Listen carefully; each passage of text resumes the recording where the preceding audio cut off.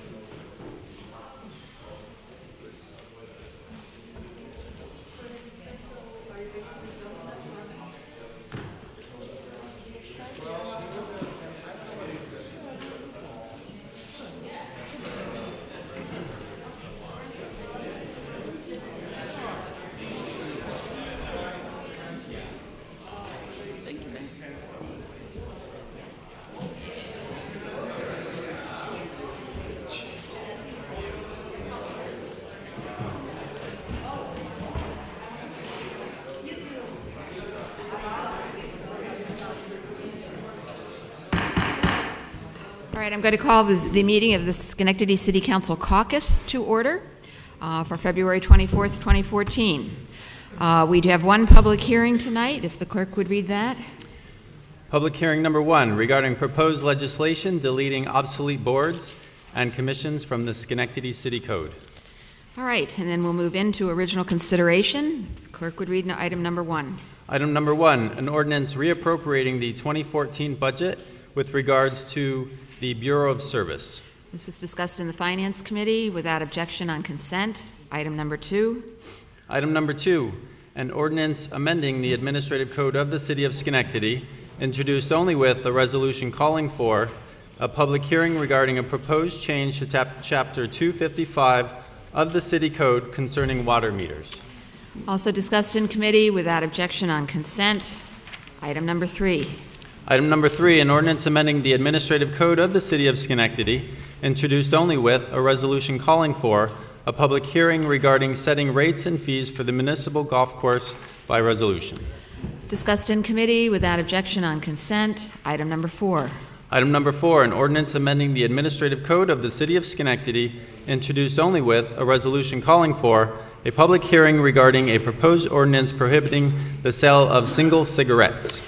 Also discussed in committee without objection on consent. We will obviously have a longer meeting in 2 weeks, public hearings. Number 5. Item number 5, a resolution appointing Edward J. Kozier to fill a vacant seat within the City Council. I assume we want a roll call vote? Okay, item number 6. Item number 6, a resolution amending Resolution 2014-31 to reflect the proper settlement amount. Discussed in committee without objection on consent. Item number 7. Item number 7, a resolution authorizing the mayor to enter into a boulevard supplemental agreement relative to Erie Boulevard. Discussed in committee without objection on consent. Item number 8. Item number 8, a resolution authorizing the mayor to enter into towing agreements with qualified towing contractors.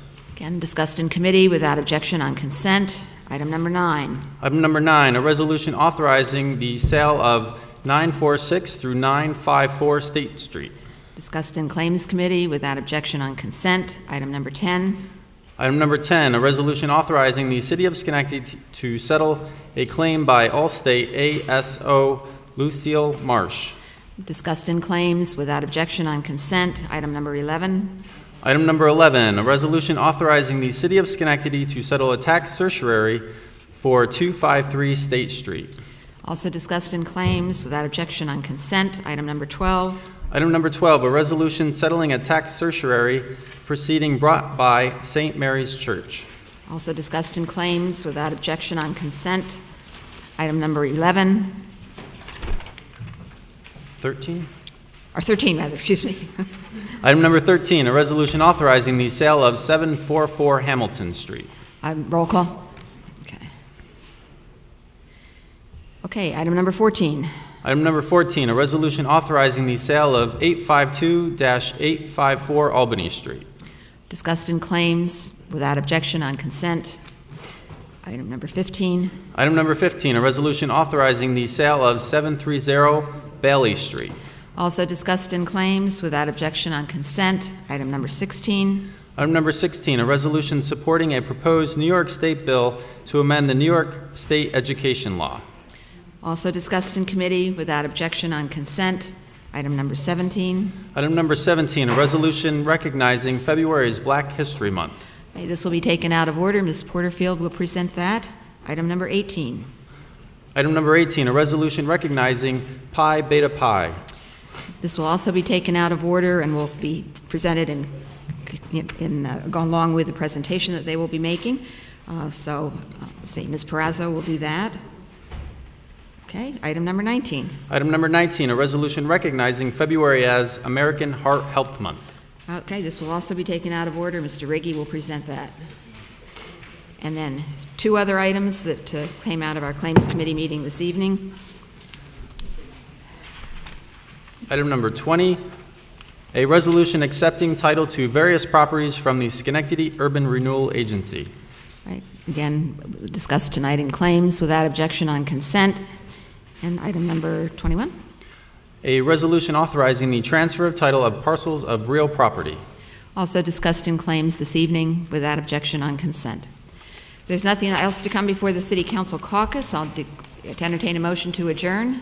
Mr. Riggi, seconded by Ms. Perazzo. All in favor? Aye. Okay. I will now call the City Council meeting to order for February 24th, 2014, and ask that you rise for the invocation given by Reverend Dave Chitram from Shri Ganesh Mandir of Schenectady. Thank you very much, ma'am. Brothers and sisters, let us all join together as one family with your love, devotion, faith, conviction, sense of respect and gratitude to glorify the supreme, transcendental, almighty Lord. O Lord, repeatedly we glorify Thee. We glorify Thee, O Lord, for this wonderful world that You have given us with all its priceless resources. We, O Lord, we thank You for Your unconditional love which guides us every day in our lives.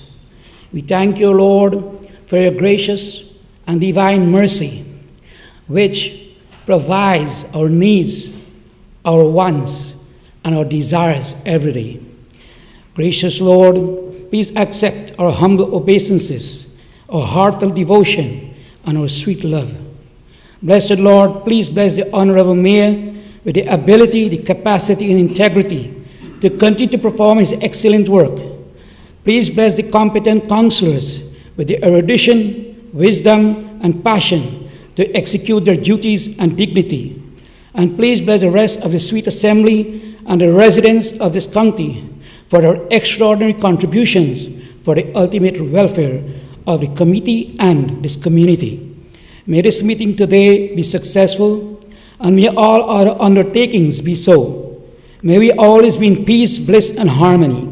Adorable Lord, bless us with divine eyes, so we can see Your all-pervading reality, so we can see everyone as fragmental part of Your sublime majesty, and so that we can see everyone as a complementary part of ourselves. Gracious Lord, lead us from untruth to truth and righteousness. Lead us from darkness to light and wisdom.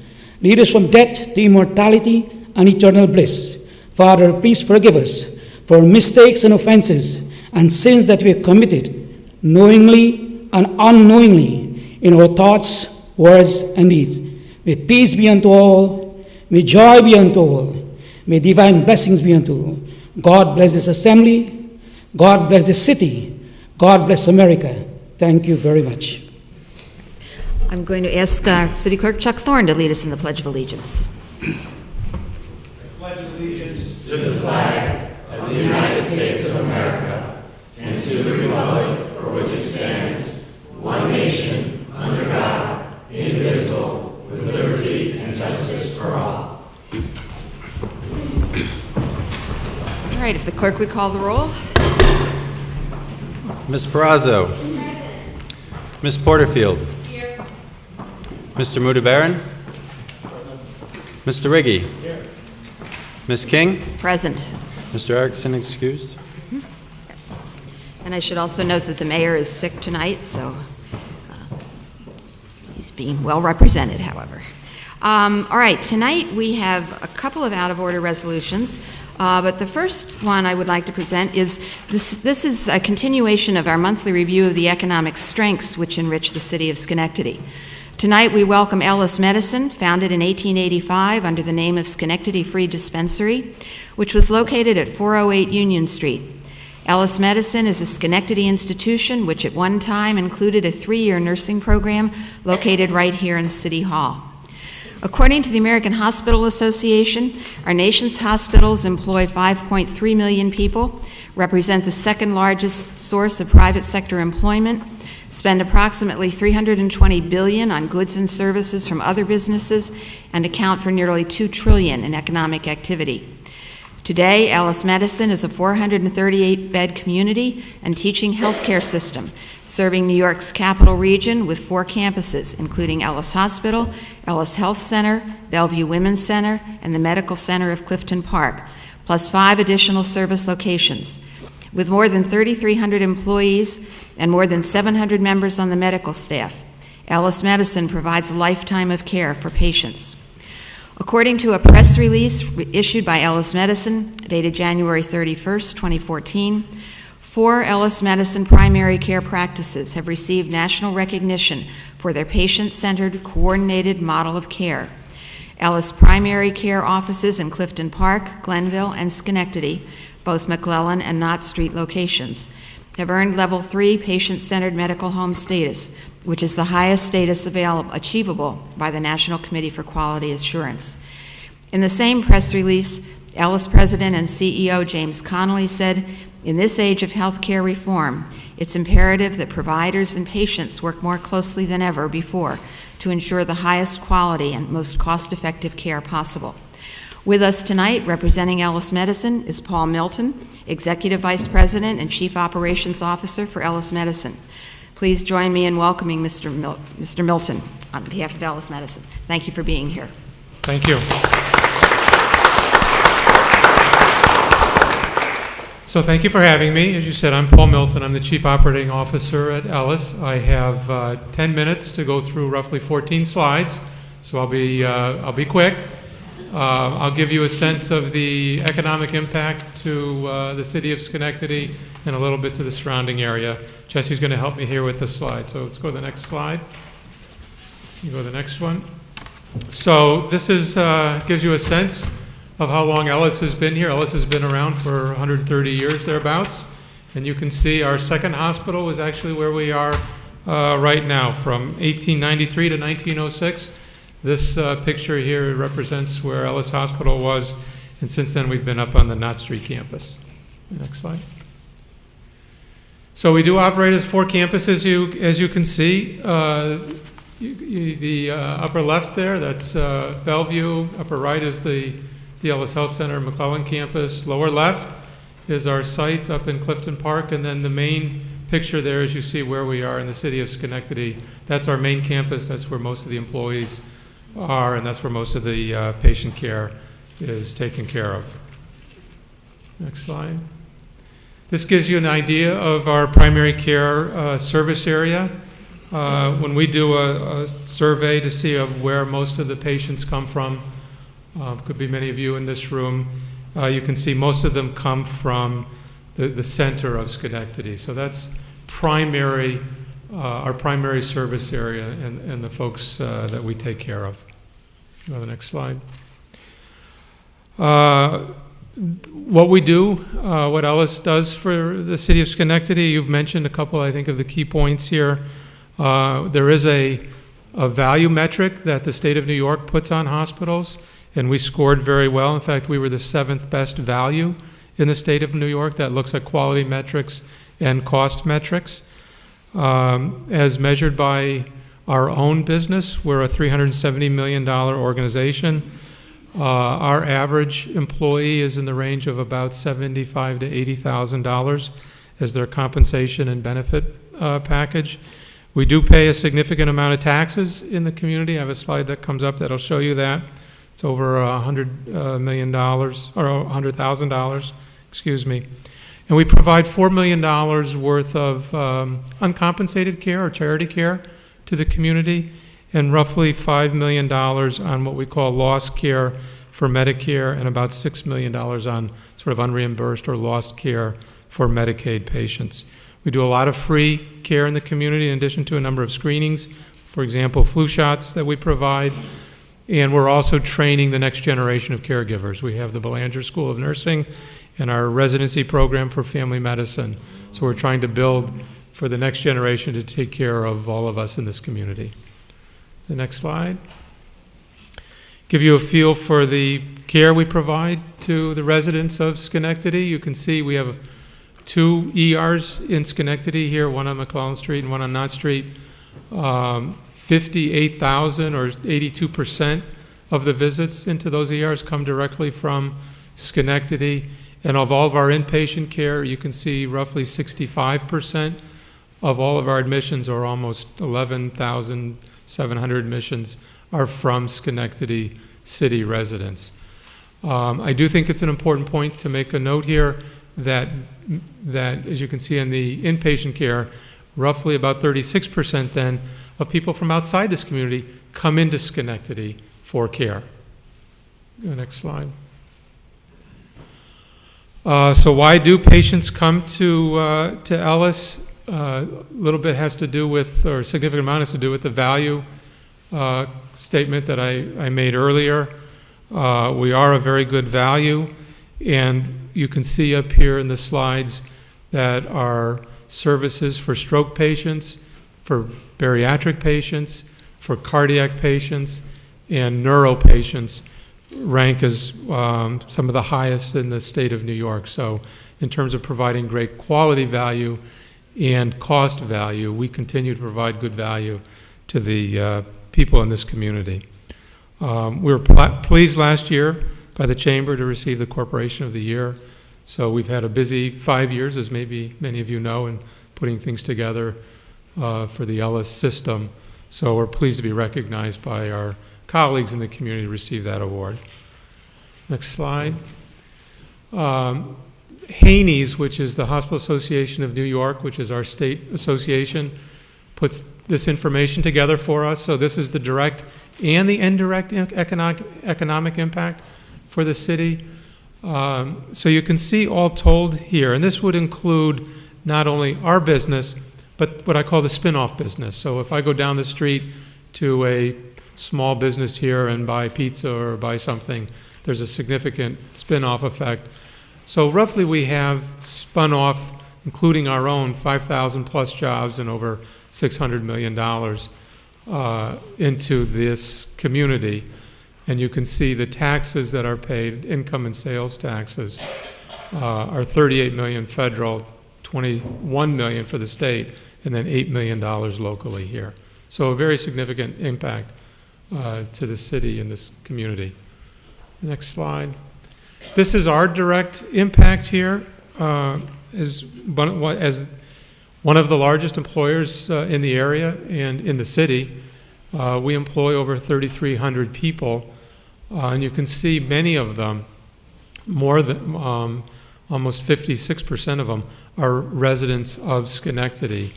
And as I said, the average payroll and benefit package for the average person is about $75,000. So a significant impact that we provide to the city for that. Next slide. And I talked about the taxes that we pay. We rent a number of private space in the community, mostly for physician office practices. And you can see the taxes we pay as a result of that total $175,000. Much of that is on the McClellan Street campus over at the Ellis Health Center in the Cushing building there. Next slide. There's been a lot going on in the community, particularly since we merged the 3 hospitals. And so as healthcare changes, We're working a lot with the communities that are in the city, probably more so than we ever had in the past. I won't go through each one of these in the interest of time, but I think you can see, I know in the last year, our collaboration with Hometown Health to absorb the free clinic, the Schenectady Free Clinic, was important. We've done a You Matter survey to reach out to some of the residents in the community that are most in need, and so we're providing our services directly, sort of building our strategy based on the results of the You Matter survey, so that we can be sort of ahead of all the changes going on within healthcare. We want Ellis and we want Schenectady to be on the forefront and be innovative with all the changes going on in healthcare. And we couldn't do it without all the other providers in the community right now. And we're blessed in this community to have so many other partners to work with. Next slide. Future plans. As I mentioned, healthcare is a very dynamic field right now. Our consolidation of all the services amongst the different campuses. The Knott Street campus here in Schenectady has one of the biggest impacts you can see here with the development of the emergency department. So we will consolidate services there by the end of this year and then convert the emergency room on the McClellan Street campus more to an urgent care type campus. This fulfills all of the requirements of the Berger Commission that started over 6 years ago from now.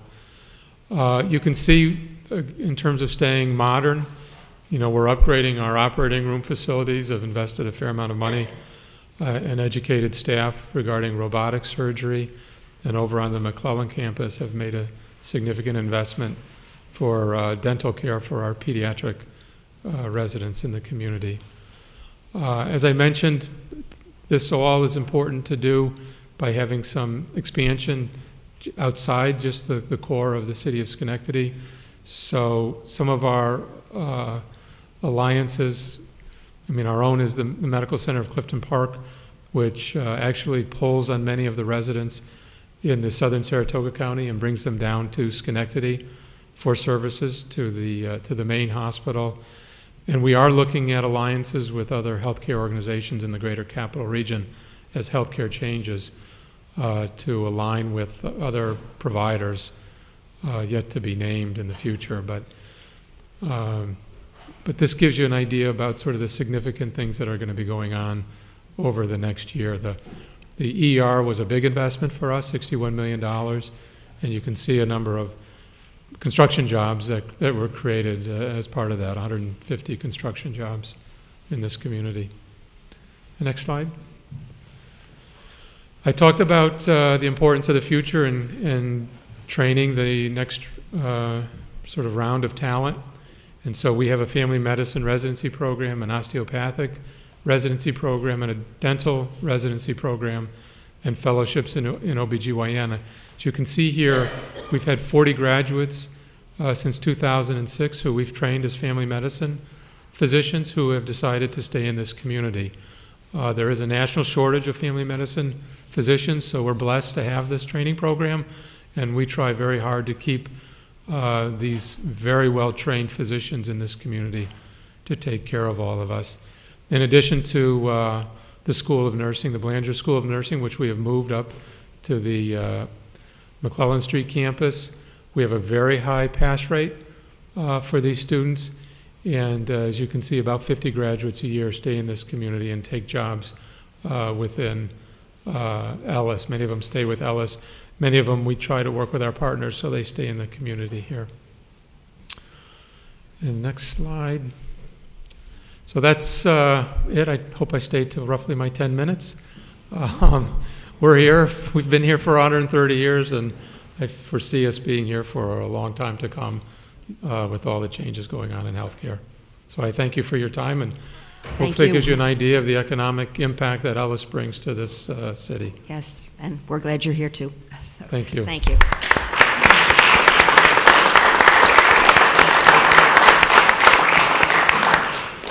All right, we have a second presentation to be made tonight, and this is a book presentation by Phi Beta Phi, and then we'll follow that with a ceremonial resolution. So Shannon Kelly, please come on up.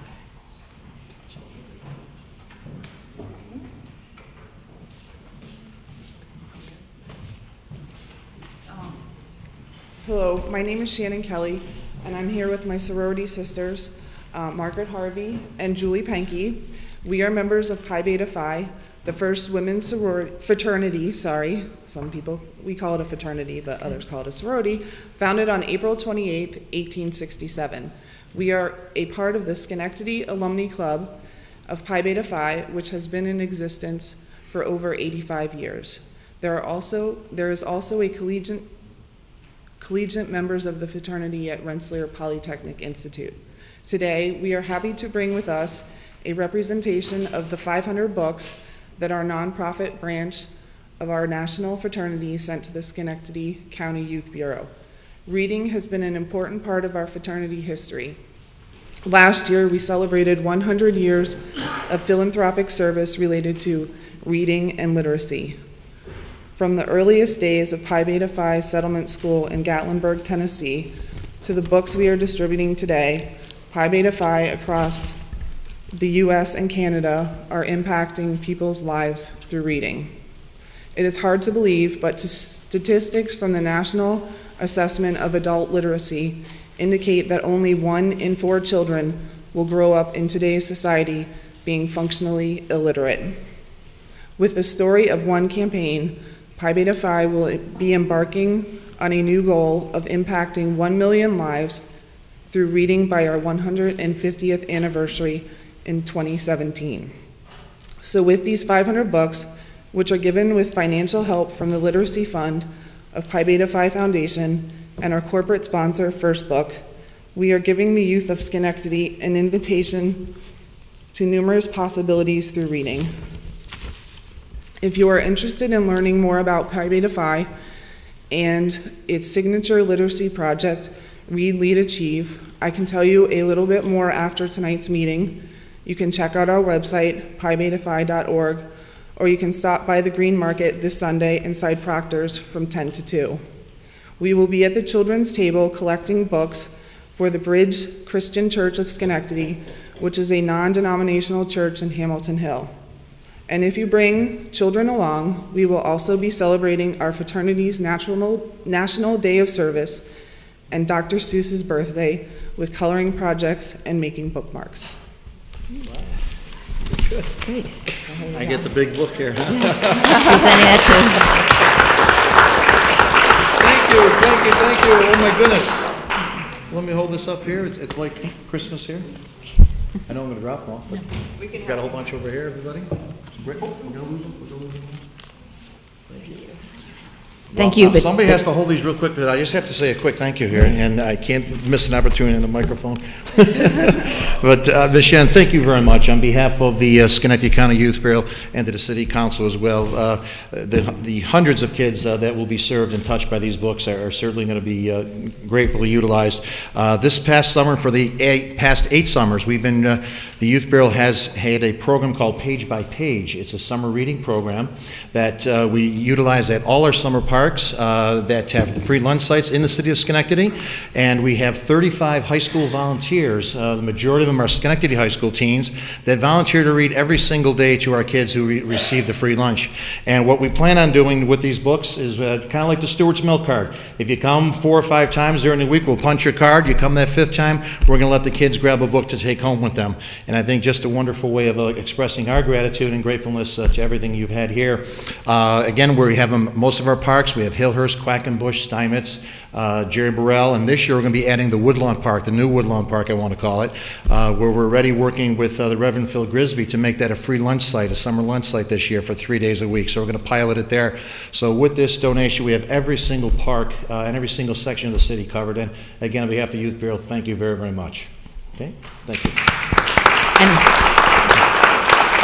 One more quick plug to my program manager, Grace O'Connor, and to Jen Bargy, who have really initiated this page-by-page program for the last 9 years. I'd be remiss if I didn't say thank you to both of those ladies. So, again, thank you very much.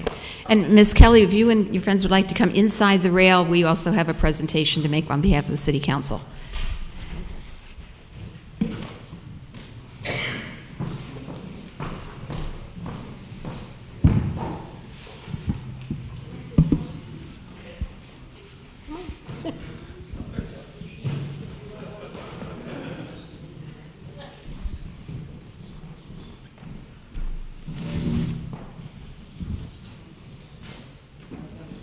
Madam President?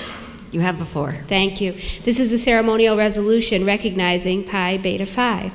Whereas Pi Beta Phi was founded on April 28, 1867 in Monmouth College in Monmouth, Illinois, at a time when only 5 state universities admitted women, and with the 12 founders having the vision to form the first secret society for women patterned after men's groups of the time.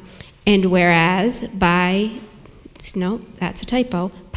Beta Phi distinguishes itself in the fraternity and sorority world by leading the way and being one of the founding members of the National Pan-Hellenic Conference, and by being the first to organize a national philanthropic project, being the first to form an alumni department, and being the first to establish an alumni advisory committee for each collegiate chapter. And whereas Pi Beta Phi continues to encourage women to reach their personal goals through perseverance, skill, and friendship, to develop women of intellect and integrity, to cultivate leadership abilities, and to enrich lives through community service. And whereas collegiate membership in Pi Beta Phi and the resulting relationships help members adjust to college life by providing a sense of belonging, mutual support, and leadership development. And whereas as alumna members are part of a network of sisterhood and friendship with more than 200,000 worldwide members, now therefore it be resolved that the City Council and the Mayor of the City of Schenectady pause in their deliberations to recognize Pi Beta Phi and thank the members and for their community support. I'd like to move this resolution. All right, is there a second? Okay, Ms. Porterfield, all in favor? Aye. Thank you. Thank you.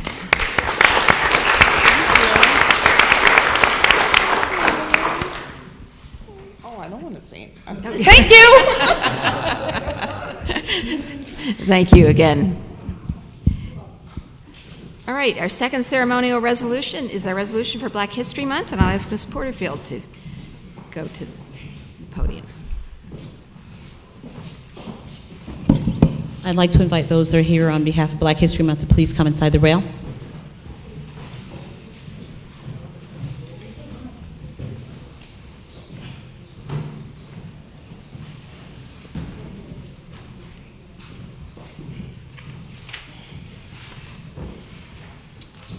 Can you come over? There's more people behind you.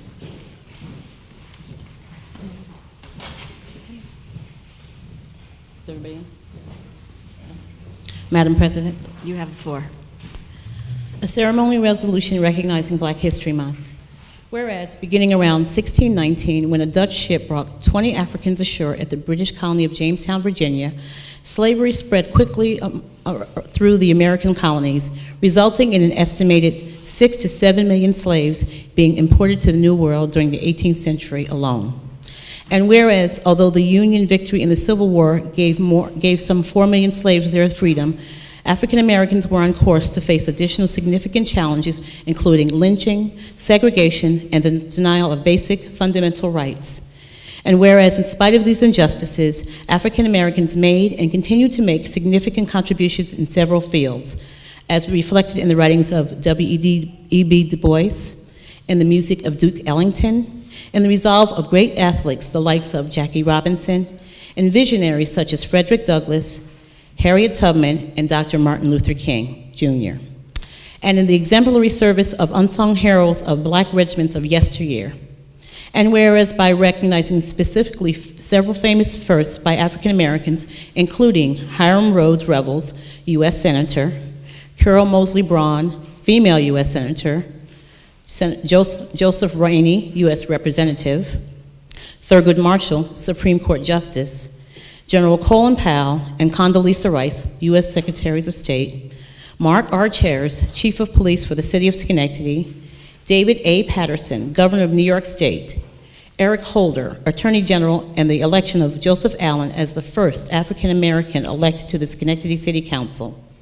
We recognize the continued fulfillment of civil rights leaders Dr. King that everyone should be judged by the content of their character. And whereas the City of Schenectady shares proudly in that through the accomplishments of its own African American community, past and present, exemplified in the creation of an African free school in the 1830s for the education of Schenectady's children of color, and the subsequent use of the facility as a well-known station on the Underground Railroad, and the establishment of the first African American church in the city in 1837 by Reverend Isaac Grote Duryea, and the service of Jared Jackson, a black Civil War veteran who served admirably as a Union guard at the Elmira prison camp for Confederate soldiers. In the 1908, Moses Viney, a former slave, gave a portion of his property on Lafayette Street to the Salvation Army, which they needed to build a new facility. And whereas the election and re-election of President Barack Obama as the 44th President of the United States and as the nation's first African American president marked a crowning moment and significant milestone in an African American history so richly steeped in its diversity and its abounding contribution to the economic, educational, political, artistic, literary, scientific, and technological advances of the United States. Now, therefore, be resolved that the Mayor and City Council of the City of Schenectady pauses in their deliberation during Black History Month 2014 to celebrate the many achievements of the African Americans in the City of Schenectady. Madam President, I'd like to move the resolution. All right, is there a second? Mr. Riggi, all in favor? Aye. Aye. Thank you.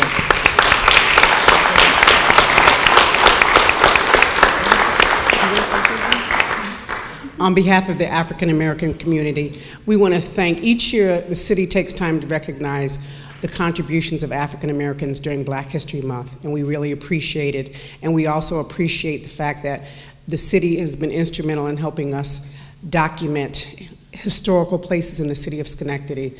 In May, we're going to be designating, not changing the street name, but designating a portion of Hewlett Street, Harriet Tubman Way.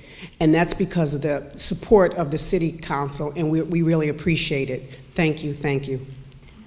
Thank you. I'd like to also thank the city for all of the contributions and for the rich culture that's here.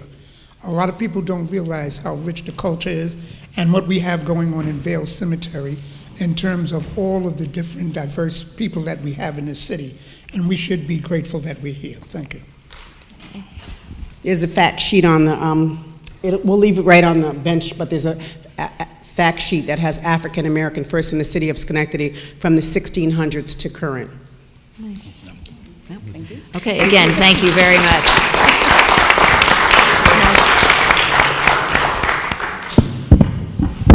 All right, and our third out-of-order resolution is celebrating February Heart Health Month. Mr. Riggi is going to present that, and Mr.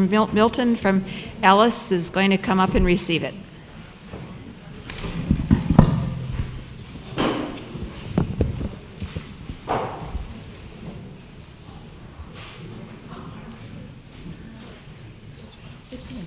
Mr. Milton, you want to come on up inside the rail?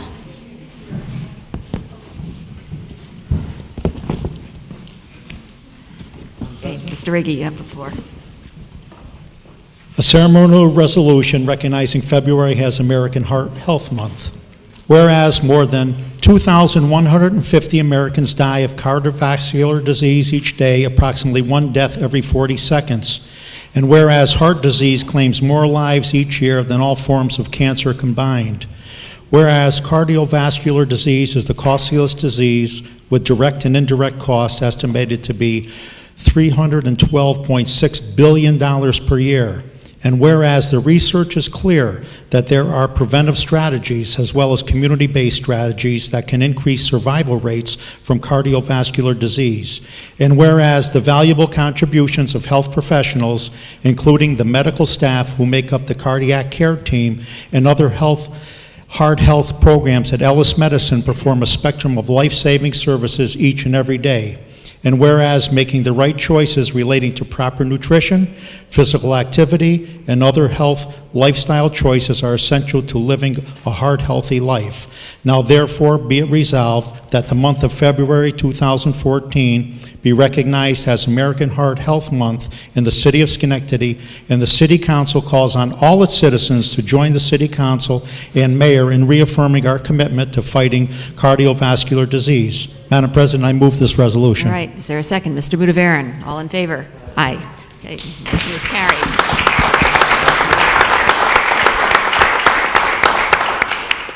Thank you very much. On behalf of the cardiac team, primarily the cardiac surgeons and the cardiologists in the community and all the cardiac nurses that take care of all of us that may have cardiac disease. I want to thank you for this. I also actually would want to thank Neil and Jane Golub, who we've partnered with a lot at Ellis, to really focus on heart disease in women. Heart disease presents itself differently for women than it does for men, and we've partnered with them to focus on this in this community. So it is the #1 killer for women, and we're focusing on a lot of the preventive work to take care of the women in this community with heart disease. So thank you very much. Okay, thank you again.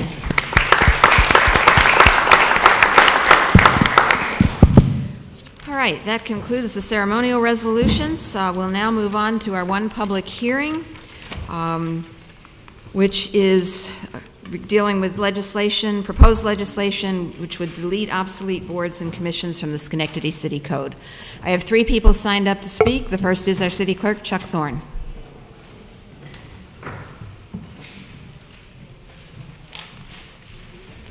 Good evening, Madam President, City Council. My name is Chuck Thorne. I'm the City Clerk in the City of Schenectady. Recently, the City Code was made available online through a product called eCode. One of the features of eCode is that it has a very sophisticated search engine. In the coming months, we'll be systematically looking at the City Code and identifying dated or obsolete sections of the code to update it. The ordinance we're proposing tonight deletes several boards or commissions that have either been replaced or are no longer functional. The boards are the DARE Advisory Committee, the Environmental Conservation Commission, the Police Objective Review Committee, which was replaced by the Civilian Police Board, Tuesday in the Park and Colonial Festival Advisory Committee, and the Central Park Stage Committee. Thank you. Thank you. All right, Jason Plank. City Council President, City Council, Mayor, Pro Tem. Basically, the Zone Administration Board, which is what I've been advocating for over the last 6 years, that this committee needs to do its job. It's the one that handles and is supposed to do the update of the pilot programs. In the zone empire that I got and fulfilled almost 5 years ago for the 2007, it says the Zone Administration Board is a 15-member board appointed by the mayor as outlined by the local law. The board meets monthly, discuss policy issues, review certification applications, review boundary amendments, regional significant projects, and oversees the operation of the empire zones. That's your checks and balances to make sure that Metroplex is doing its job. You're overseeing these projects. The Empire Zone works with Jobs, etc., an employment service organization in Hamilton Hill, has a close relationship with Department of Labor One-Stop Center to help find employment opportunities for minority-owned and women-owned business enterprises. Additionally, Metroplex Development Authority is developing a partnership with the Minority Contractors Technical Assistant Program to help steer construction and renovation projects towards minority businesses. This has completely failed. It hasn't even revamped to anything new. Again, as part of the decertification of any of these that don't meet the pilot programs, as part of the zone annual report to the state, the board will summarize the results of the annual reviews indicating which business are being recommended for decertification. The Empire Zones will certify business that meets a 15-to-1 benefit ratio, cost ratio, with the exception of manufacturing business, will meet a 10-to-1 ratio. So for every $10 that's invested, $1 must be given back to the people. And $10 must be given back to people for every $1 they put in. That's what it's supposed to be. When acquisition of existing businesses occur, the existing employees will not be considered as new jobs for the purpose of determining local eligibility. Again, the Democratic Party for the last 10 years has said they created 6,700 jobs. They haven't. It's all been transfer jobs. And it exactly says right here that they're not supposed to count those added jobs. Then we go into any business wishing to become certified must meet thresholds required by the district which it takes locals. Not to have any property tax delinquents within the previous 6 months or having a history of delinquencies.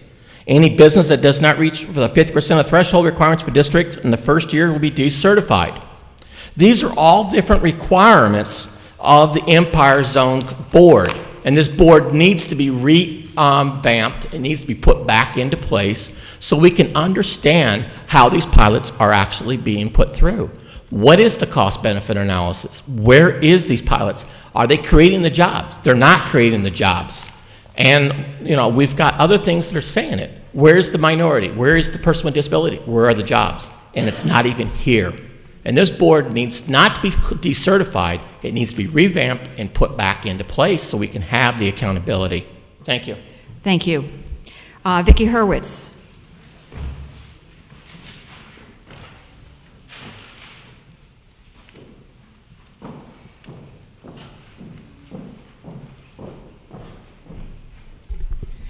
Thank you, City Council members and the Mayor's Office for the opportunity to speak tonight about the Economic Development Zone Administrative Board. The Economic Development Zone Program is now called the Empire Zone Program. The purpose of the board is to monitor, evaluate, and coordinate all economic development zone or Empire Zone benefits on behalf of the City of Schenectady and the town of Glenville. The benefits provided by the Economic Zone Program include reduction in utility costs, investment tax credits against the corporate franchise tax, investment tax credits against the personal income tax, wage tax credits, a special Empire Zone rate for gas or electric service, Empire Zone credits for real property taxes, sales and use tax exemptions, and tax credits for qualified investments.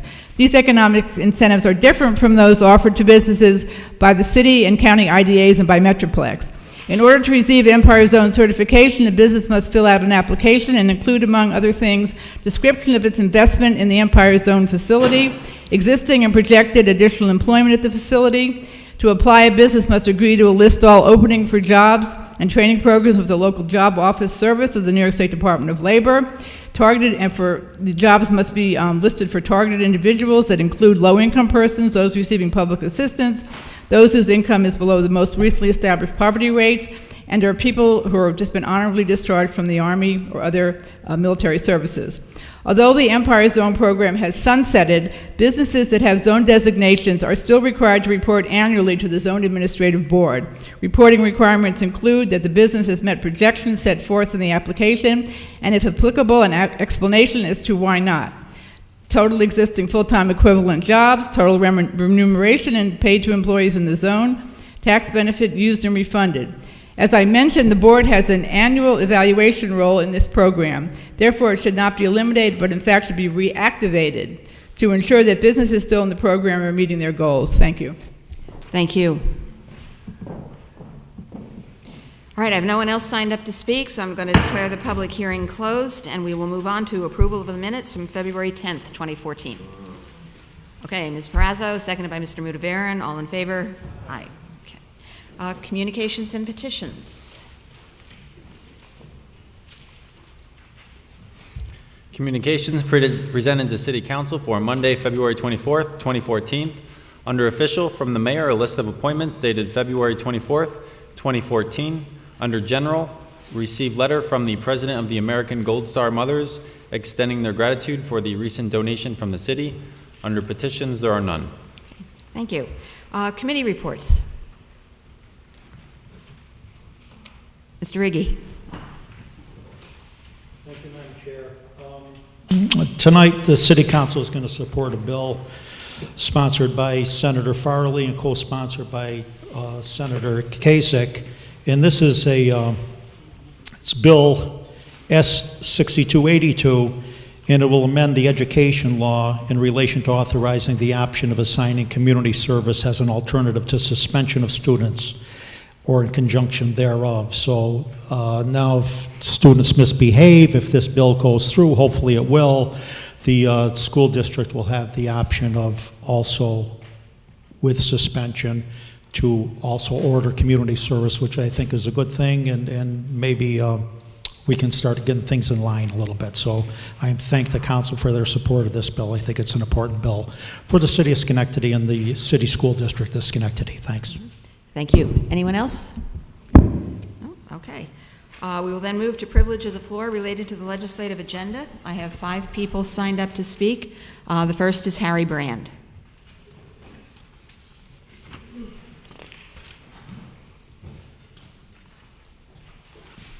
Harry Brand, a resident of Schenectady, taxpayer in the city. I wanted to speak tonight on item 5, Mr. Crozier being elected to the city council. I don't know Mr. Crozier. I've seen him a few times, and maybe I've even spoken to him, and I have nothing absolutely against him. What I feel is wrong is the way this election is going to take place. We had people run in November for office and not considered for the city council from any party. The Democratic Party recommended Mr. Crozier, the mayor recommended Mr. Crozier, and the city council is all behind it. We need some young people. We need some new ideas. Mr. Crozier was already on the city council. And what's happened? We got the same old stuff here and no change, no new ideas, no inspiration for the city. I don't know what he's going to come with, but I sure hope it's a bag full because we need it here. It's a shame. It's absolutely a shame.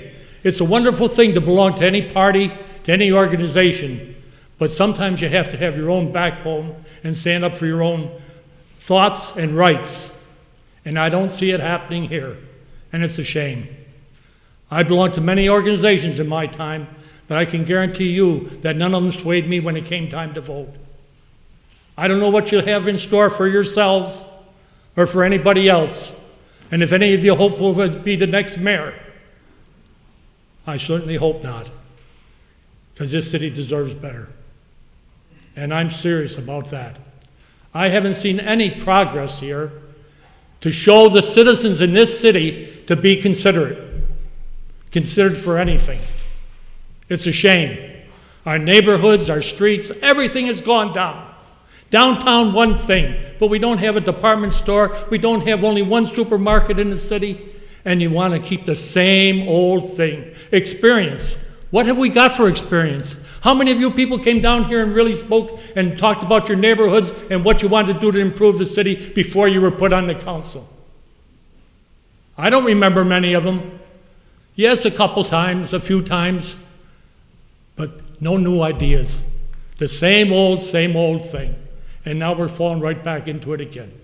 I'm disappointed with you people, very disappointed. Thank you. Thank you. Okay, Jason Plank. Madam Council President, City Council, Mayor Totem. Item number 7, which is the Erie Boulevard supplemental agreements and so forth. This is a ratio of 80% federal funds and 20% non-federal funds. And it says, the City Council duly convenes, hereby resolves that the City Council hereby approves the above subject project and is hereby further resolved the City Council hereby authorizes the City to pay the first instance 100% of the federal and non-federal share costs of the preliminary engineering waterways. 80% of federal money went into this thing, and affirmative action for both minorities, women-owned, and also for persons with disabilities did not even happen. How can this City Council sit here and say, yes, we complied with affirmative action when you absolutely did not? How can you approve this sitting right here? You know, I mean, you know, when even the Gazette a year ago had foiled it and even had Mary Kajewski, the affirmative action manager, even said that there was no affirmative action on Erie Boulevard whatsoever. None. And tonight you're authorizing to receive 80% of federal money. And you're lying before the federal government saying that you complied with affirmative action. And you didn't. You know, it's just one more mistake after a mistake of not providing jobs for the minorities and for the disabled within this community. Another one is the tax surrogates. I have been saying that you guys in claims have constantly given 25 to 50%. Well, tonight, Again, the 253 State Street is going from $1.6 million to $600,000 for years 2009 and 2010, $500,000 for 2011, and $290,000 for years 2012 and 2013. That's nearly a 70% reduction in property taxes. That's over $1 million of loss of property tax assessment. You know, I mean, you know, if the tax assessment is off that much, then we need to do a whole complete reassessment. You're giving these developers and contractors huge property tax relief while you're putting all the burden on the homeowners of this community. If you're allowing to give almost nearly 70%, then everyone else in the city should get a 70%. You know, we've got to go back in and redo reassessment. And you keep putting these through claims, which you do an executive session and nobody's around to hear about it. And then all of a sudden you say, oh, tax surrogate 253, please approve it, and, you know, and whim it right through without letting the people actually know what you're actually doing. We cannot continue to put the tax burden on the property owners. We have to burden it across the board, not just a selected few. Thank you. Thank you. Joe Kelleher.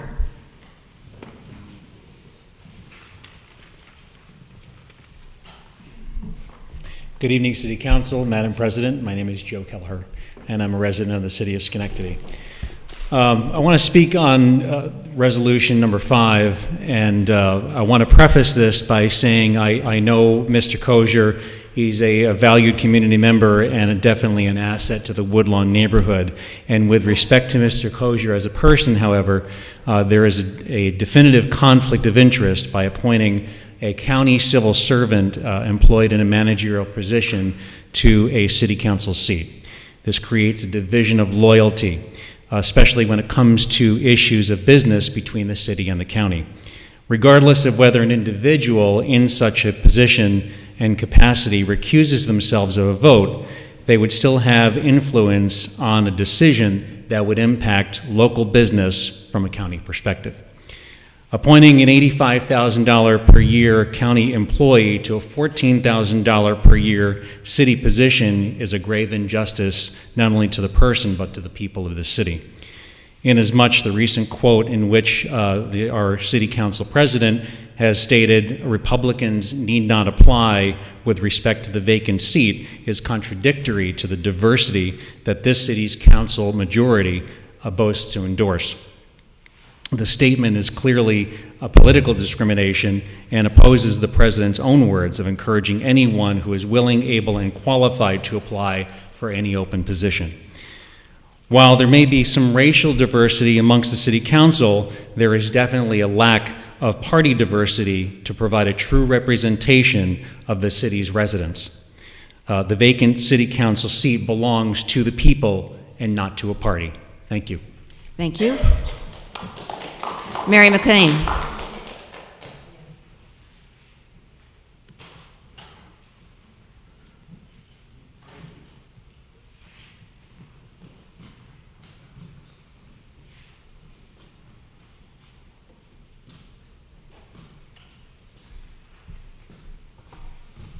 Good evening. My name is Mary McLean. I live in the city. I'm going to talk on items number 5, number 3, and number 8.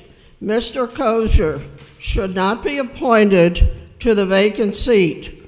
If he wanted a council seat, he should have run for the office, spent the money on a campaign, and worked to earn it, like I did. A council election was recently held in the city. Why wasn't he a candidate? Appoint someone who showed an interest in the office last year. Item number 3, regarding golf course fees. There should be one discount fee for all veterans. According to this proposal, a veteran who lives outside the city will pay more to play golf in Schenectady than the veteran who lives here, even though the city is offering discounts to all veterans. My husband is a veteran. Lowe's gives discount to veterans, and the discount is the same for all of them. Boscov's also gives discount to veterans. The discount is the same for all. Schenectady should do likewise. Let veterans play golf for one discount fee for all. When soldiers wear their military uniforms, the purpose is to serve America, not just their hometowns. Item number 8 applies to towing fees.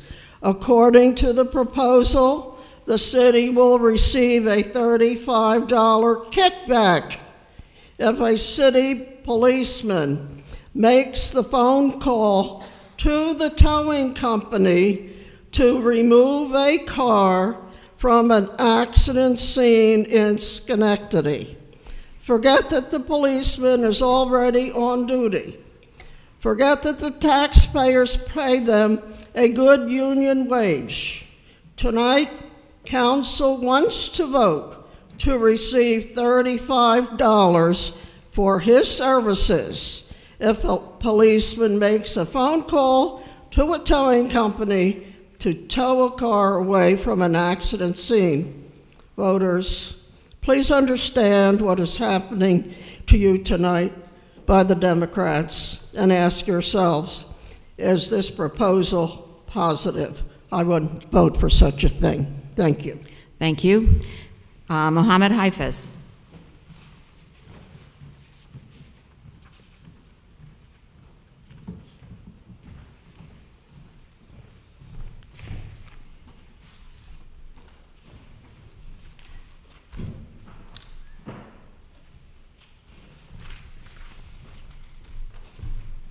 Good evening, Mayor's Office, City Council members. My name is Mohammed Hafiz and I live in Schenectady. I'll be talking about item number 5, the appointment of Mr. Kosher to the City Council.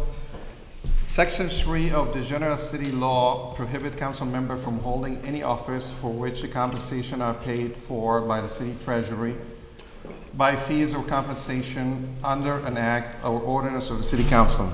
I have here, which is attached to my speech, an opinion from the New York State Department of Taxation and Finance that relies on a 1977 New York State Court of Appeal decision, which is based on 2 principles. Number 1, a town officer may be considered a county officer for the purpose of Article 18, which is the conflict of interest law, because of the overlap or identity of interest of the county and the city in the tax collection and enforcement process.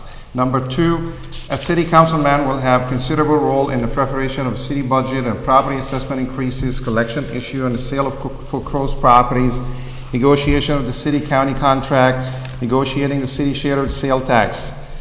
Like Joe Calhoun just said, Mr. Kosher will have divided loyalties in determining, among other things, the county share of the property taxes and the city share of the collected sales taxes, and that will consequently affect the county's overall budget, and it may affect the continuation of his employment with the county.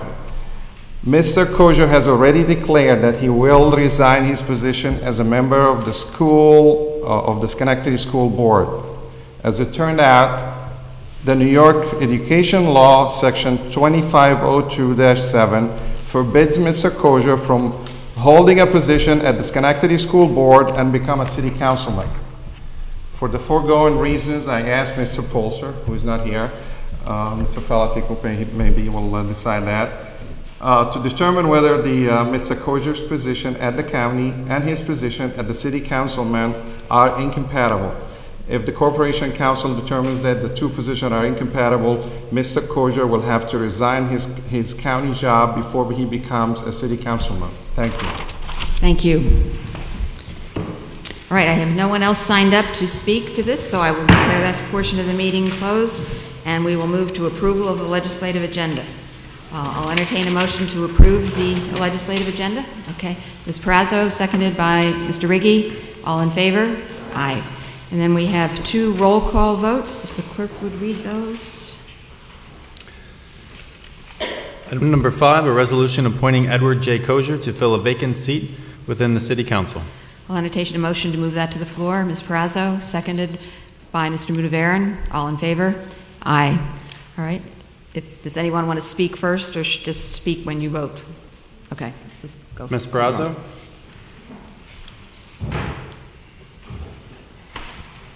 I am a Democrat. Mr. Kosher is a Democrat. I am a proud member of the Democratic team that works very hard along with the citizens of this city and people of other parties to move this city in a forward direction. Mr. Kosher tonight is being appointed, first of all, for the legislative health of the City Council and having 7 votes on the council, as well as he's the candidate that the majority of us could agree on in consensus to move this appointment forward, which is something that we need to do. So there's the nuts and bolts of it. We'll get that out of the way. But this is the reason I'm voting to support Mr. Kosher. Mr. Kosher is an active volunteer in our community. He cares about our community. He has provided countless hours of personal time for the betterment of his neighborhood and our community as a whole. He has also worked with our youth and is a proven leader in countless activities that surround our youth and the betterment thereof. In addition to that, he holds history of our city and history of the City Council, which, although I feel new ideas are very, very valuable to this council, we have 4 new people within this election cycle on the council. So I also think that bringing some history to the council is equally valuable. We are still a body of 7 people, and we still need 4 votes to make up any democratic process. So, with all of that being said, I am proud to be a Democrat. I'm proud to support Mr. Kosher tonight, and I'm also very, very happy that we'll be having a 7-person council. I vote aye. Ms. Porterfield? Aye. Mr. Erickson is absent. Mr. Riggi? Yes, we went through this process about 2 years ago, the same thing. And I find it interesting that the argument then for the supporters of Mr. Mudavaren was that he was the next top vote getter.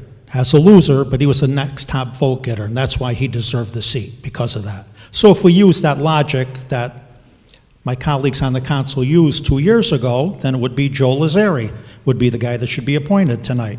But that's changed. Now that changes. I understand the politics. I don't belong to a political party, but I understand the politics, and there's times when I thank God that I don't belong to a political party. This is democracy we're talking about here. Now, the opinion of the Corporation Council, which it's in the charter, we shall appoint someone to this seat. There is no time frame whatsoever in that part of the charter, whatsoever. We could discuss this for months. We could discuss it for a day. We could discuss it for a month. Where's the open process in this thing? Only a few people were considered, and there's other people that would like to have this seat also. I said it before, I'll say it again, it should be up to the people. We're talking about democracy. There's people that are losing their lives overseas right now for democracy, and that's what we have here. But democracy's taking a back seat to party politics. It's nothing personal with Mr. Kosher whatsoever, nothing about that whatsoever. I say let the people decide. That's what people go to the polls for. But we have a lot of apathy now with this, and I can understand why. Some people throw up their hands and say, why should we even bother? Let people decide who they want to see in office, who they want to see sit in this seat.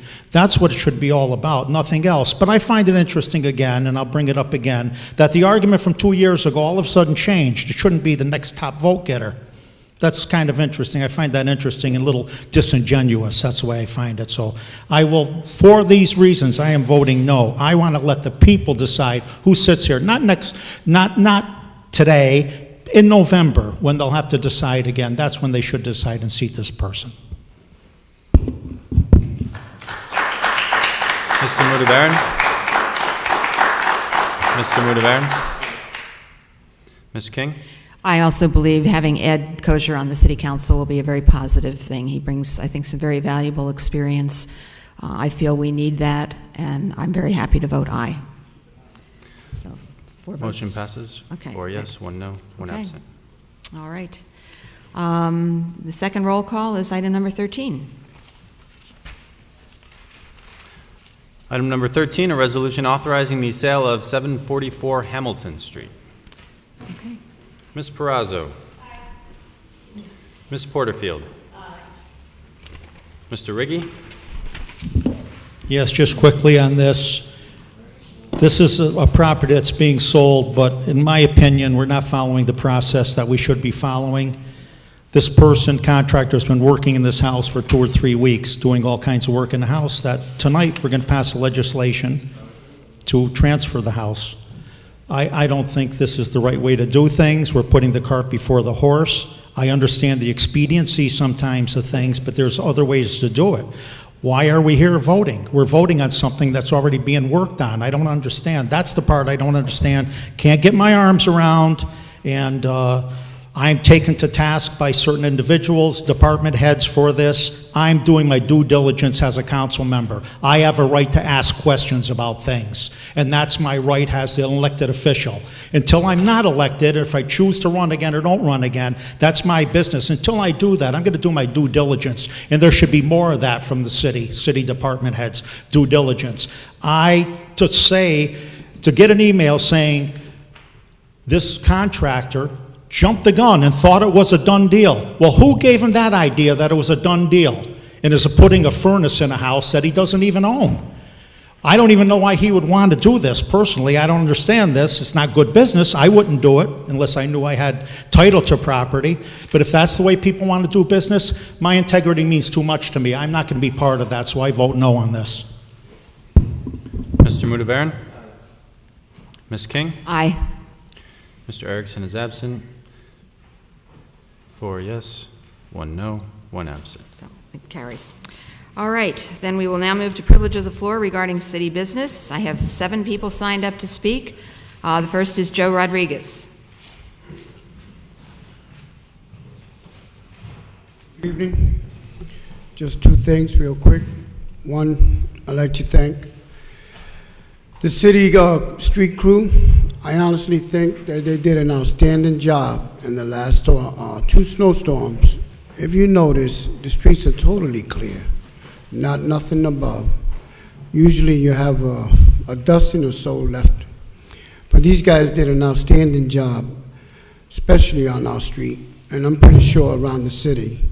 I noticed around the city the streets look real good, so they deserve a good pat on the back. Second, I don't know when the last time anybody over there been on Moisten Street. I know a couple of members here that have.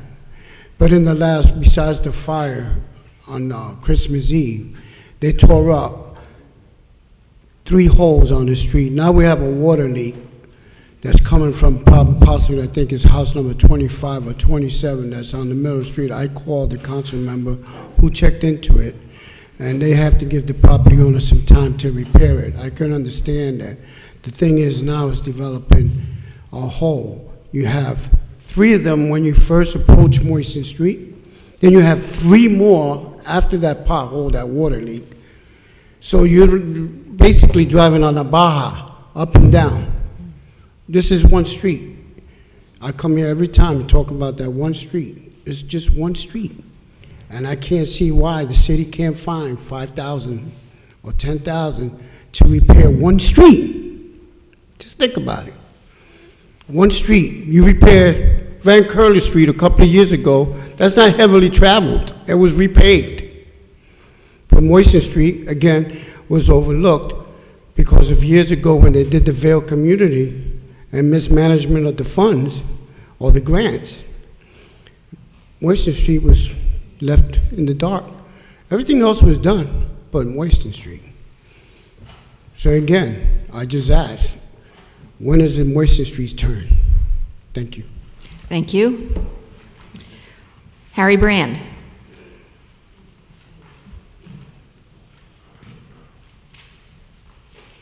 Harry Brand, resident of Schenectady. I'm strictly against this money that you gave to Mr. Galisi. I think that was terrible.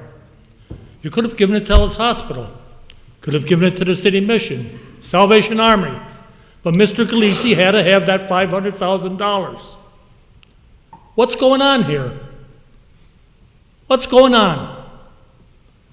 He's got oil wells in 3-4 different countries, states rather, in the United States. He's a multi-billionaire. And we're giving him $500,000 of taxpayer money and no paperwork on it, according to the mayor? How could you vote on it? No paperwork. Is he paying us back or is he not? Lousy deal. An absolutely strictly lousy deal. And that money should be brought back to the city and give it to another organization or contractor. He's working down there on Broadway and that building down there where the Y is going to go in. Well, how long do you think that hole's been down there, that the backhoe dug without even a flag man there? For 3 weeks it hasn't been leveled off. A barrel sitting in the road. People going across the lane. You had a lift truck down there on 2-3 occasions that I saw, parked in the street, raising 2 men above the roof level, or at least to the roof level. No flag men, just a couple of cones sitting in the road. Would the city be liable if they got hit? What about them poor suckers up on that lift? But Mr. Galisi gets away with it. Cars parked half on the sidewalk, half in the road. With all the traffic, with the bridge out and everything else? How do you allow this? It's terrible. And with the snow plowing, look at Union Avenue. You force people to break the law. You force people in this city to break the law. You have to cross the double solid line to go up or down that street with the snow conditions. I've talked about this for years, and nothing's ever been done. That should be a priority street or possibly no parking whatsoever. The traffic on that street, and you have to cross the solid line. And that's not the only street. Look at Millard Street. The seniors had to park out. You couldn't go down and get by there without crossing the solid line. And look at the condition of it today. So many potholes, you can't miss them. What's going on in our city? That's why I say we need some new people, we need some new things. We don't even take care of our own laws. We're forcing people to walk in the street. You got how many houses now that we own? How come the banks don't own them if they had a mortgage on them? Why do we own them? Why are we taking care of the property? Why aren't the banks paying taxes? We got a lot to do here in this city, and by gosh, you got to get going and stop giving our away. Like $10,000 Mr. Polino, $20,000 salary raises. If the mayor has that authority, some of it should be taken away because it's being abused. We're paying it for them people and for their pensions. Pay $140,000 and pay a man overtime and give him clothing and pay for his benefits? Come on, let's stop this nonsense. Thank you. Jason Plank. Council President, City Council, Mayor of 10. Basically, Friday would be the last day that you can file for tax exemptions for the homeowners pieces for either if you're a senior citizen, person with disability, veterans, and so forth. And then also, too, is remember that in May, you can assess your property and aggrieve it. So please do. This last Saturday, on February the 22nd, Albany Law School had what was called Special Needs Planning Law Day. I've got a brochure from there. And basically, we're hoping that we've been asking for this to happen from the Albany Law School for the last 10 years, and they finally did it. We're hoping that they will continue to do this next year. The Special Needs Trust Fund is available to help individuals with disabilities to be able to hide their assets in plain sight.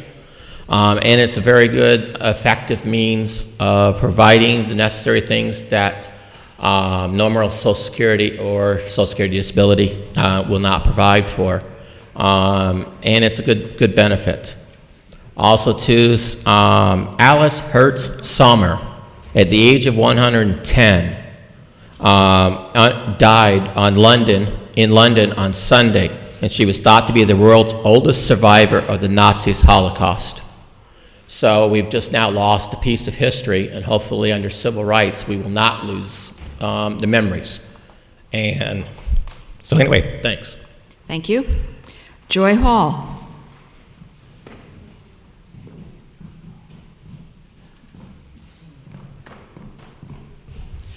I'm Joy Hall of Schenectady.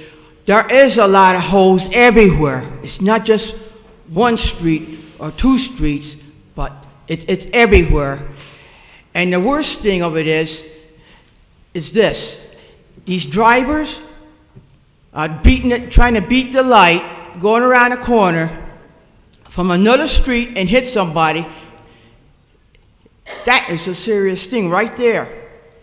I say what really needs to be done is put up these walk lights on a large street. It's got to be done, because we don't need nobody else getting hit. Because I've heard of the case party came and told me. I say this has got to stop, and it's got to be, something has got to be done. And these cars are not stopping, and these people are talking on the cell phone, driving. That's a safety hazard right there. That's got to stop too. We can't have that going on. People driving and talking on the cell phone. That's how accidents happen. Gotta do something, and do something fast. Please. Get the lights and the walk lights up, and for the seniors and the handicapped and everything else. That's it. Okay, thank you. Joe Kelleher.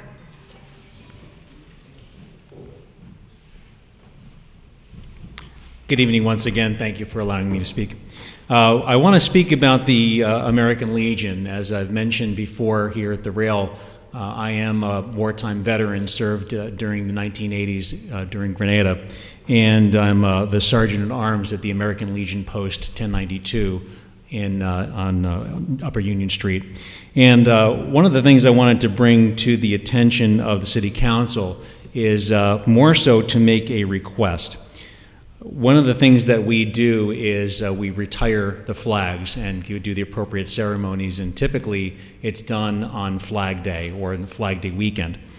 One of the things that we'd like to do, and that we're currently doing at the Niskayuna Town Hall, we have a collection bin, and we'd like to find out and see if the City Council would approve us putting a collection bin here at City Hall for people to drop off their retired flags, so that we can collect them on a regular basis, bring them over, and retire them properly over at the American Legion. Inasmuch, we going through the ladies' auxiliary room and office up on the second floor of the home, and by the way, the American Legion home on Union Street is the only American Legion home left in the county of Schenectady, and it's right here in our very own backyard. We found a resolution from Mayor Ducey from decades ago, where he honored the American Legion during the month of May and proclaimed that May Poppy Month on behalf of the American Legion, and that's something we'd like to do again. And I can bring you more details on a future meeting. One of the things that we do have coming up next month is we have a St. Patrick's Day dinner, corned beef and cabbage for $10. That's on Sunday, March 16th at 1 p.m., and we'd like to encourage everyone to attend. We do want to open it up to the public, especially our Legionnaires and family and friends of the Legionnaires. Inasmuch, we'd also like to encourage our recent military veterans and active military who have served in Afghanistan and Iraq to come and take a look and see what we've done to help make improvements of the American Legion and make it more active once again. We would like to see more people, more activity back in the area. In fact, at the last meeting, we just improved an American Legion Riders Post, where we have the motorcycle club of the American Legion to help bring more awareness and be out and active in the community as well. Thank you very much for your time. I appreciate it. Thank you. Elmer Birch.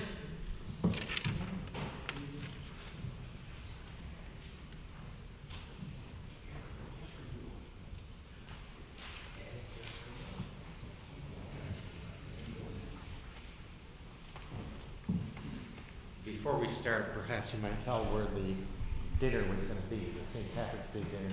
At the American Legion Hall. Okay. My name is Elmer Birch, and I live in Niskuna and Orchard Park Drive. I'm hoping that the council will take up a matter that I think should be of some concern with regard to freedom of information requests that I made with regard to finding more information concerning the $500,000, which is included in a loan application the city is making to HUD, Housing Urban Development, which will be paid through future community development block grant monies.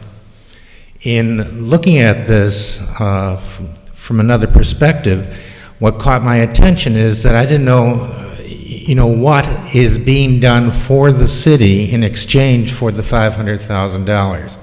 So I presented a Freedom of Information request asking for background information, and it was denied. And it was denied on the basis that there is no such information. Now, this was denied by the mayor, McCarthy.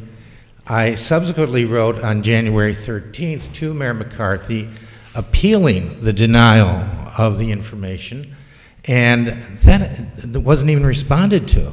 There wasn't nothing. There's nothing at all. And I think that's inappropriate. I know that's inappropriate. I do think there's a responsibility in giving $500,000 to a private developer to take down a building on Knott Street, i.e. the old DSS building. The new DSS building is owned by the same developer on Broadway there. But I did an opinion piece for the Gazette, which appeared, in which the questions that I was hoping to get answered through the FOIL request are, what exactly is Galisi going to be doing for the $500,000? Is there, and it says that there's 14 apartments that are going to be something, I don't know what, and it's a phrase that's used that doesn't have a great deal of meaning as to, does it mean low-income people will get into those things? The property itself was sold not to Galisi, but to the County Industrial Development Agency for $200,000. But the $200,000 was paid to the county by Galisi, not the Galisi firm that is now seeking the money, but by another Galisi firm. So that, why would he pay $200,000 for a not-for-profit corporation, i.e. the IDA, to do this? If he didn't know ahead of time he's going to get the money. Now it's a different corporation now involved. I have copies of the article and a copy of the appeal letter. I'd like to leave those with you if there are extras that aren't needed here. If you'd allow the public to have them, I'd appreciate that as well. I do think that this is not good. Thank you very much. Thank you. Mary McLean.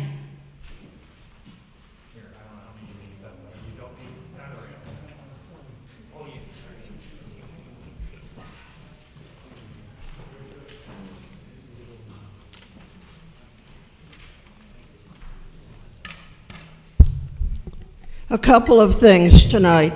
First, the installation of the new fire chief and the others.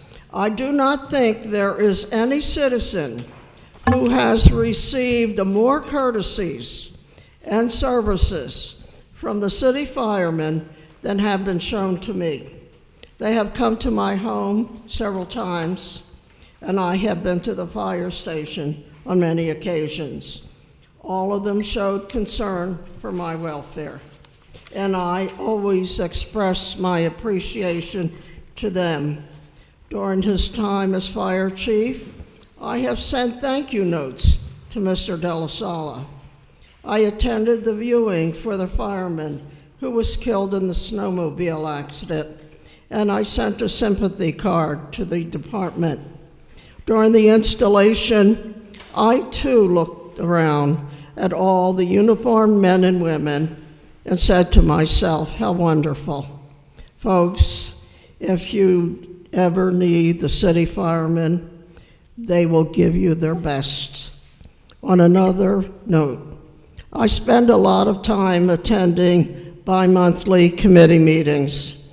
I have been going to the meetings for the last 6 years and learned early on that when certain people show up to make proposals, the rest of us are in trouble.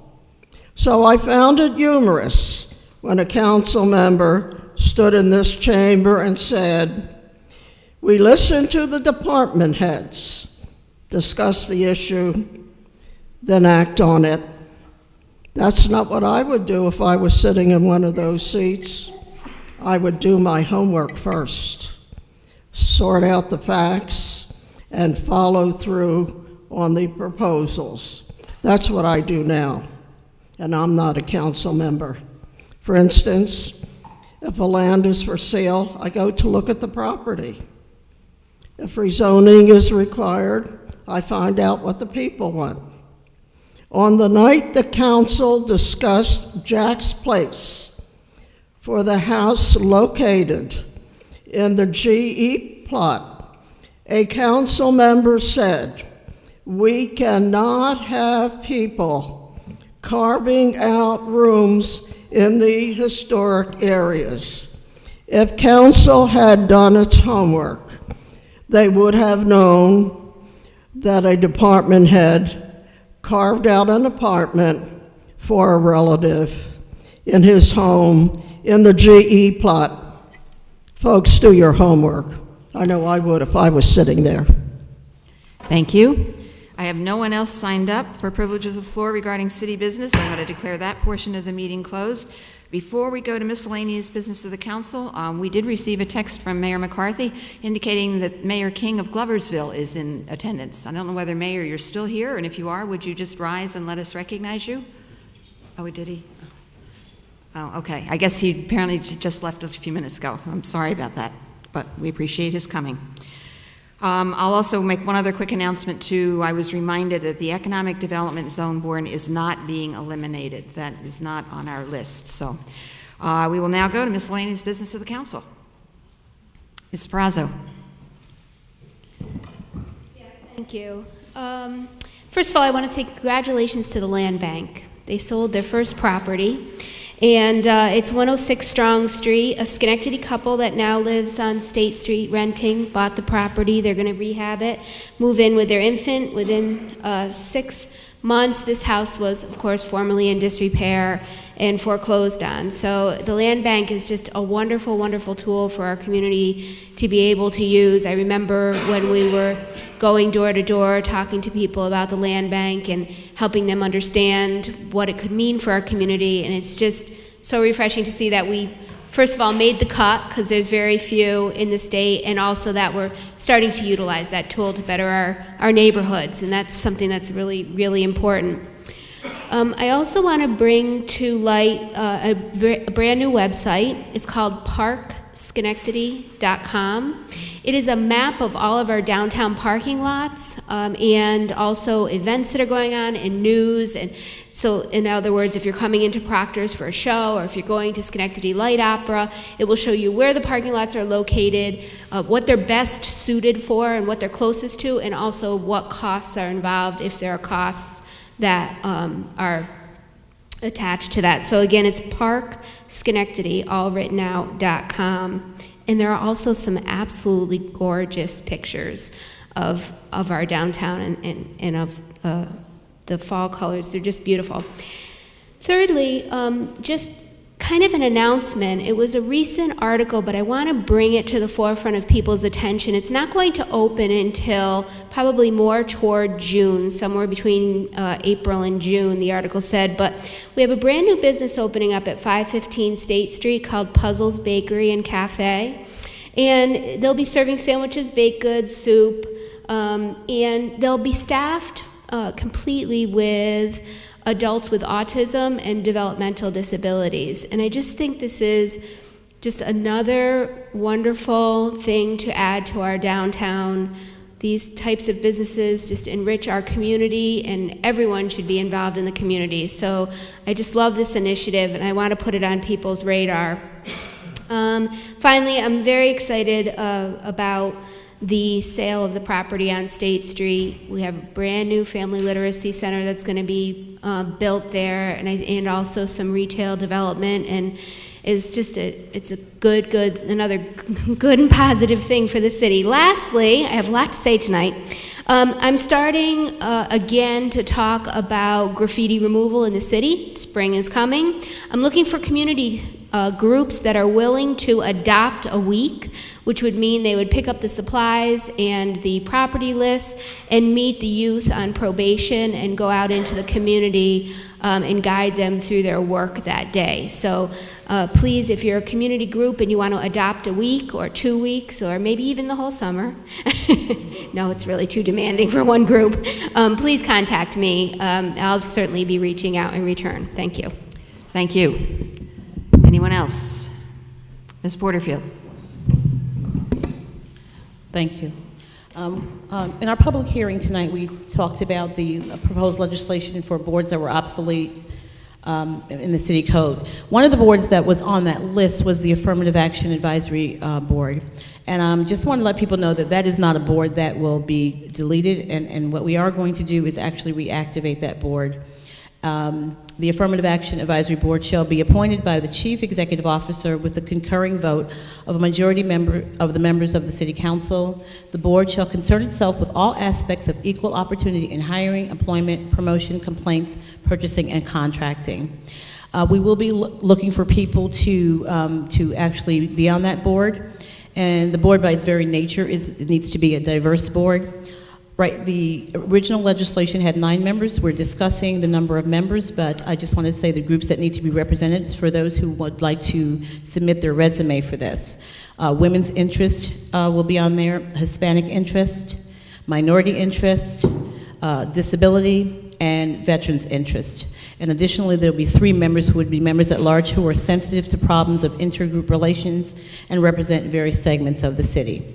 The appointments will be a 2 to 3 year term on a staggered basis. Now, we do have a couple of things that we have to work out in terms of that, but I want people to start submitting their resumes now, so when the board is ready to be up and running, we won't have to begin at that time. We'll have resumes that we can consider for people who would like to serve on this board. Thank you. And you can send those to my attention at my City Council email address. Thank you. Good. Thank you. Mr. Riggi. Thank you, Madam Chair. I know this pothole season is starting to really gear up now with all the weather that we've had, but Ms. Perazzo and I were able to witness a new machine that the city is considering buying. I talked about it a month or so ago. So it's promising. It's a hot asphalt machine, which will work much better. We'll be able to recycle the amosite that we peel off streets in the summertime, and it's something that should last longer than cold patch. So if everybody just reports the potholes when you see them, and hopefully we'll have a presentation of this machine brought before us to consider purchasing, but it's something I think will give us a better alternative to cold patch for sure. The properties that we've been taking over, I've talked to Bill Mazeka, and clearing, I think, as we know, I mean, I have one list here that's just pages and pages and pages of properties, and we're taking more. But Mr. Mazeka's put together a plan with city employees with CDBG money that is there for the SNAP program, and the walks are being cleared. I think right now it's well over 400 to 450 walks. And they have been clearing those, and there's going to be more to come, because I think in the next wave it could be another 400 that will be taken. So I give a thumbs up to the SNAP crews and Mr. Mazeka for being able to put this together and getting these walkways cleared, which is important in this kind of weather. And again, as Jason brought up, the deadline will be this Friday. The main thing is that enhanced star for seniors. That has to be done by this coming Friday. Otherwise, you'll lose that exemption, and that also goes along with the senior exemptions and veterans exemptions. So if anyone hasn't done that as of yet, please get out there and do that, because it's very important. It means a lot of money to a lot of people. So And just quickly on the reassessment, we have been talking about this. We know there's a problem with the assessment roll. It's something that, it isn't that we don't know what's going on, there's a problem. And we're gonna have to look, I'm afraid, at some point to putting the funds together to fund a reassessment, because right now the people that have not grieved, they're actually paying a disproportionate share. There's no question about that. It's not all 70%. Those are all dictated with figures that are brought before us, and we do work in executive session because that's the way that has to be, because we're discussing different options that we have put before us for that lawsuit. So it does have something to do with claims, and that's why it's there. But we are taking everything into consideration, but the figures don't lie, and these figures are presented to us, and it's not an easy decision to make, but we have to grant relief when it's so due, and that's what we have to do. But I think at some point we really have to look for another reassessment. I hate to say it, but there has to be another reassessment done. And some of these certs that we're going through go back to 2008 and 2009, so it's when the reassessment was done, and it's just coming to court now. So with that, hopefully we can get this squared away eventually. Thank you. Thank you. Anyone else? Okay, Mr. Winkler, anything? Okay. And I would just like to also commend Commissioner Olson and his staff for the work that they've been doing with the snow plowing, snow removal. I know it's not ideal, and like you said, I know we're getting tons of potholes now, but they're doing their best to keep up with things, and I just have really appreciated that. Also, we'll make a note that Mr. Kozier will officially become a City Council member on next Monday, May 3rd, so he will join us for our next committee cycle. And with that, I will entertain a motion to adjourn. Mr. Riggi, seconded by, okay, Mr. Mudavaren. All in favor? Aye. We are adjourned.